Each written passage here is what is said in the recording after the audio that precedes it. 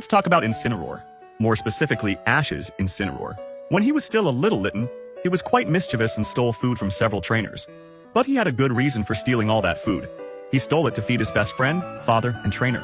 I'm referring to the beloved Stoutland, who, by the way, was already quite old.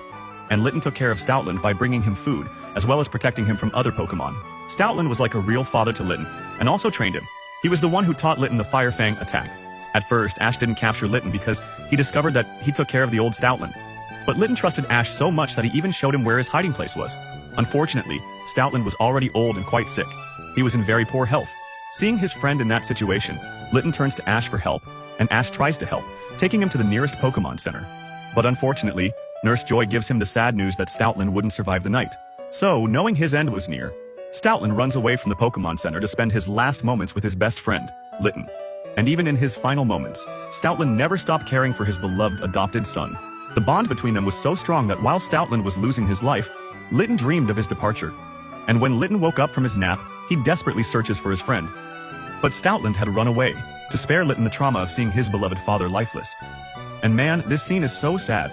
Seeing little Litten crying alone in the rain after realizing that his father was finally gone, makes any man cry watching this scene.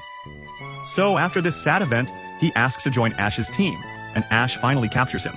Now, Litten's goal was to become stronger, and he constantly trained with his friend Rockruff.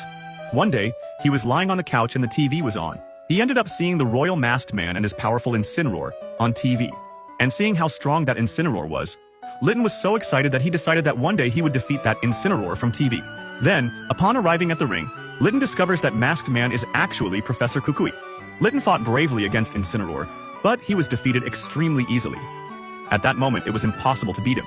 So he decided to train to become stronger and stronger so he could face Incineroar again. To help Litten achieve his goal, Ash, Lycanroc, and Pikachu supported his training, and they managed to make good progress in a short period of time.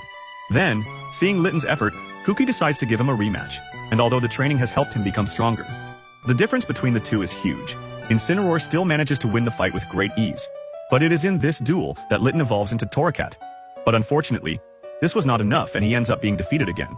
However, his development is noticeable, and there begins a great rivalry between Ash's Torracat and Professor Kukui's Incineroar. So it is in the Alola League that Torracat has the chance to finally defeat Incineroar. And this battle here is really cool. They start the fight facing each other, and there we can see all the rivalry that has formed between the two.